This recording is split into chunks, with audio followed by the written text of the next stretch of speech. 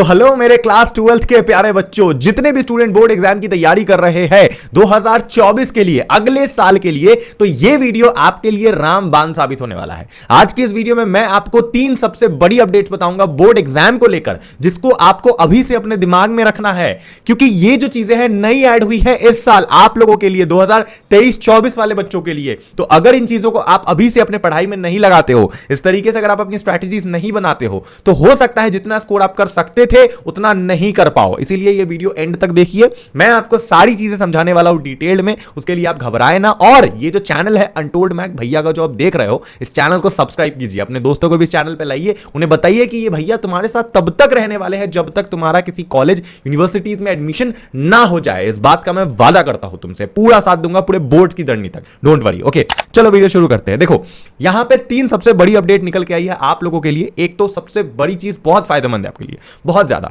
ये है, मैं आपके सामने स्क्रीनशॉट भी लगा दूंगा, यहां पे 0.5 दे रखी होगी, ठीक है, इसे पढ़िए ध्यान से। इसमें लिख रखा है if a student has taken 6th subject, अगर कोई स्टूडेंट है जिसने 6th सब्जेक्ट ले रखा है, बोर्ड एग्जाम में जनरली बच्चों का 5 या 6 सब्जेक्ट होता है, कुछ बच्चे 5 ही लेते हैं या कुछ बच्चे ऑप्शनल भी ले लेते हैं 6 सब्जेक्ट। तो जो बच्चों ने 6 सब्जेक्ट ले रखा है उनके लिए दिया है, if he या she fails in any one of the first 5 subject, the same will be replaced by the 6th subject provided the candidate satisfy the scheme of studies। मतलब अगर कोई बच्चा जो है वो बोर्ड एग्जाम में 5 में से कोई एक सब्जेक्ट में फेल हो जाता है तो उसको फेल नहीं कंसीडर किया जाएगा। अगर उसका 6th जो एडिशनल पेपर है वो फॉर एग्जांपल आपका फिजिकल या फाइन आर्ट्स इस तरीके का कोई सब्जेक्ट है, उसमें अगर आप पास हो और अगर आप फर्स्ट 5 सब्जेक्ट में से किसी एक में फेल हो गए तो भी आपको ओवरऑल पास ही कहलाया जाएगा, आपको फेल नहीं बोला जाएगा। ये एक बहुत बड़ा गोल्डन चीज आप लोगों के लिए दिया गया है। मतलब मैं पर्सनली बहुत ज्यादा खुश हूं इस चीज से, और आप खुश हो या नहीं तो ये जरूर कमेंट में लिखना। अभी तो मैं धीरे धीरे आपको पूरी स्ट्रैटेजीज बताऊंगा कि कैसे 1 महीने के अंदर कैसे चीजें कवर करें, उसके बाद नोट्स कैसे बनाए बोर्ड एग्जाम के लिए। आने वाले टाइम पे आपको बताऊंगा कि जैसे जुलाई आने वाला है तो जुलाई की स्ट्रैटेजी क्या होगी, अगस्त की क्या होगी, सितंबर, अक्टूबर, हर महीने की स्ट्रैटेजीज आपके साथ आते रहेगी टाइम टू टाइम, ताकि आपको पूरी बोर्ड की गाइडेंस मिले। और साथ ही साथ अगर आप सीयूईटी एग्जाम की तैयारी करने वाले हो या करना चाहते हो अभी से, तो हमारे पास सीयूईटी 2024 की कंप्लीट कोर्स अवेलेबल है, जहां पर आपकी A to Z पूरी प्रिपरेशन कराई जाएगी, चाहे वो आपकी वीडियो लेक्चर्स हो, मॉक टेस्ट हो, टेस्ट सीरीज हो, ई बुक्स हो, डाउट सॉल्विंग सेशन हो, मेंटरशिप, गाइडेंस। मैं पर्सनली आपसे कॉल पे बात करूंगा हमारे सीयूईटी के कोर्स में, चाहे आपको सीयूईटी की तैयारी करना हो या फिर आईआईएम जाना हो after 12th, BBA plus MBA करना हो, आईपी मैट की तैयारी करनी हो, हर कुछ अवेलेबल है हमारे कोर्स में। व्हाट्सएप नंबर आपके स्क्रीन के ऊपर गिवन है, आप इस पे हमें मैसेज कीजिए कि सर हमें आपका कोर्स ज्वाइन करना है, उसके बाद मैं आपको पूरी डिटेल सेंड कर दूंगा एंड आप फी पे करके ज्वाइन कर सकते हो, एंड मैं आपके साथ रहूंगा पर्सनली कॉल पे, डोंट वरी। ओके, सेकेंड जो सबसे बड़ी अपडेट यहां पे निकल के आती है बच्चों, वो है कि इस बार आपको अलग अलग पास होना पड़ेगा। जैसे आपका टोटल 100 नंबर का मान लो पेपर है, ठीक है ना, 100 नंबर का, उसमें 80% आपका थ्योरी है, 20% आपका प्रैक्टिकल है। मतलब 80 मार्क्स का आपका थ्योरी आता है एंड 20 मार्क्स का आपका प्रैक्टिकल आता है। तो आपको 80 मार्क्स में से जो 80 मार्क्स का थ्योरी है उसमें आपको 33% पासिंग मार्क्स लाने पड़ेंगे, एंड जो 20 नंबर है प्रैक्टिकल वाले उसका भी 33% आपको मार्क्स अलग से लाना पड़ेगा। मतलब एक क्राइटेरिया होता है ना पासिंग क्राइटेरिया की, 33% आपको करना पड़ेगा कम से कम उस सब्जेक्ट में पास होने के लिए। ये था पहले क्राइटेरिया, लेकिन अब है कि आपको 80 मार्क्स का 33% कम से कम का स्कोर करना पड़ेगा एंड 20 मार्क्स का भी 33% कम से कम स्कोर करना पड़ेगा।